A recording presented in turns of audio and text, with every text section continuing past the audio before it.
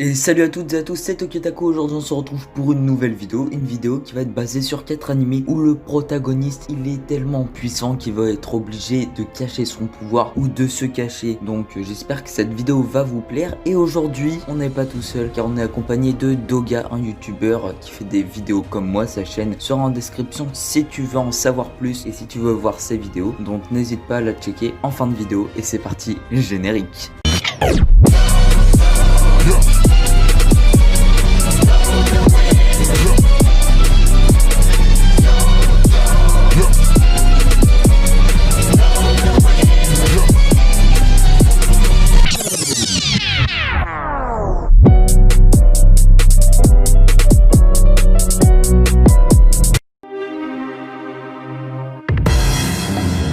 Et on commence avec l'anime Gyakusen Toshi Asterisk. Alors cet anime date de 2015, il a pour thème combat, école et harem, il a 12 épisodes de 24 minutes et provient du studio d'animation A1 Pictures. Alors dans cet anime on va rentrer dans un monde où dans le passé l'humanité a subi une catastrophe naturelle nommée l'impact Invertia. Cette catastrophe a détruit le monde entier, mais grâce à cet événement l'humanité a acquis une nouvelle capacité nommée Genestella. L'histoire se passe dans la ville académique sur l'eau nommée Rika. Cette ville est autrement connue comme l'Astéris, célèbre pour être la plus grande scène du monde pour la guerre des étoiles. Les personnes de la génération Star Pulse appartenant à 6 académies différentes ont fait leurs vœux avec des fragments de météorites pour se disputer la suprématie de cette ville. Amagiri Hayato est l'un d'entre eux. Après son arrivée à Rika, grâce à l'invitation du président du conseil des étudiants de l'académie Saidukan, une fille nommée Alexia Van Resfeld Julis, mécontente du fait que ce dernier l'ait vue en sous-vêtements, va le défier en duel. Alors personnellement j'ai vraiment kiffé cet animé, tout d'abord parce que ça provient du studio d'animation A1 Pictures, mais aussi car c'est vraiment un animé qui est vraiment cool à regarder.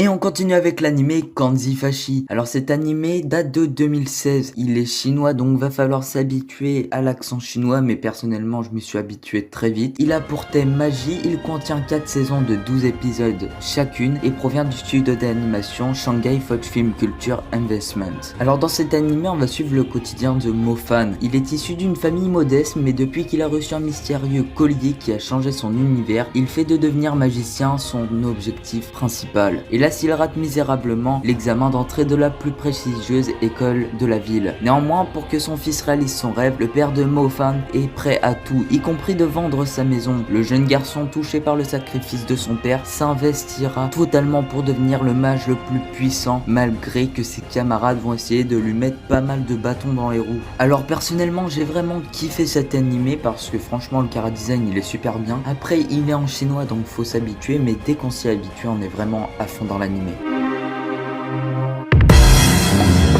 Merci à Tuki Otaku de m'avoir invité pour sa chaîne. D'ailleurs, n'hésitez pas à vous abonner car il fait du très lourd et surtout le pouce bleu qui fait plaisir. Alors aujourd'hui, on va présenter 2 animés et c'est parti du coup pour Sirius the Jaeger. Un groupe d'étranges personnes atterrissent à la gare de Tokyo. Ils se font appeler les Jaeger et ce sont des chasseurs de vampires. Parmi eux, il y a Yuli, un loup-garou doté d'une sérénité flagrante et d'une aura inhabituelle, dont le village natal a été détruit par les vampires.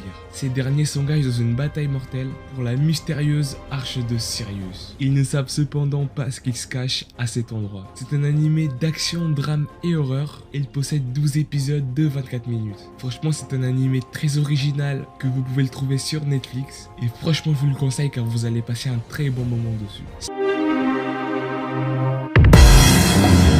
Strike the Blood. Strike the Blood suit l'histoire de Kojo Akatsuki, un lycéen vampire, et Yukina Imeragi, une jeune chamane épéiste, vivant au Japon sur l'île artificielle d'Itogami, également surnommée le district des démons. Kojo Akatsuki vit sur cette île depuis très longtemps, mais ce n'est qu'un simple humain.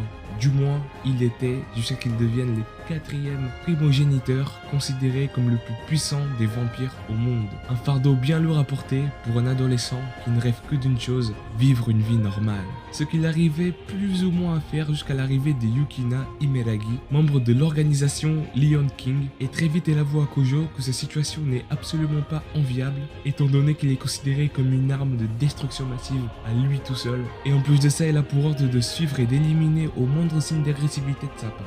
Donc la vie simple dont Kojo rêvait s'avère dès lors impossible. C'est un animé d'action, comédie et ecchi. Il possède 24 épisodes de 24 minutes. Voilà, c'est un animé que vous allez passer dans toutes vos émotions, que ce soit la joie et la tristesse, mais surtout des moments épiques à couper le souffle. Donc encore une fois, si vous n'avez rien à regarder, je vous le conseille énormément. Voilà, ce n'est fini pour moi et je vais laisser Tokyo Otaku faire la suite.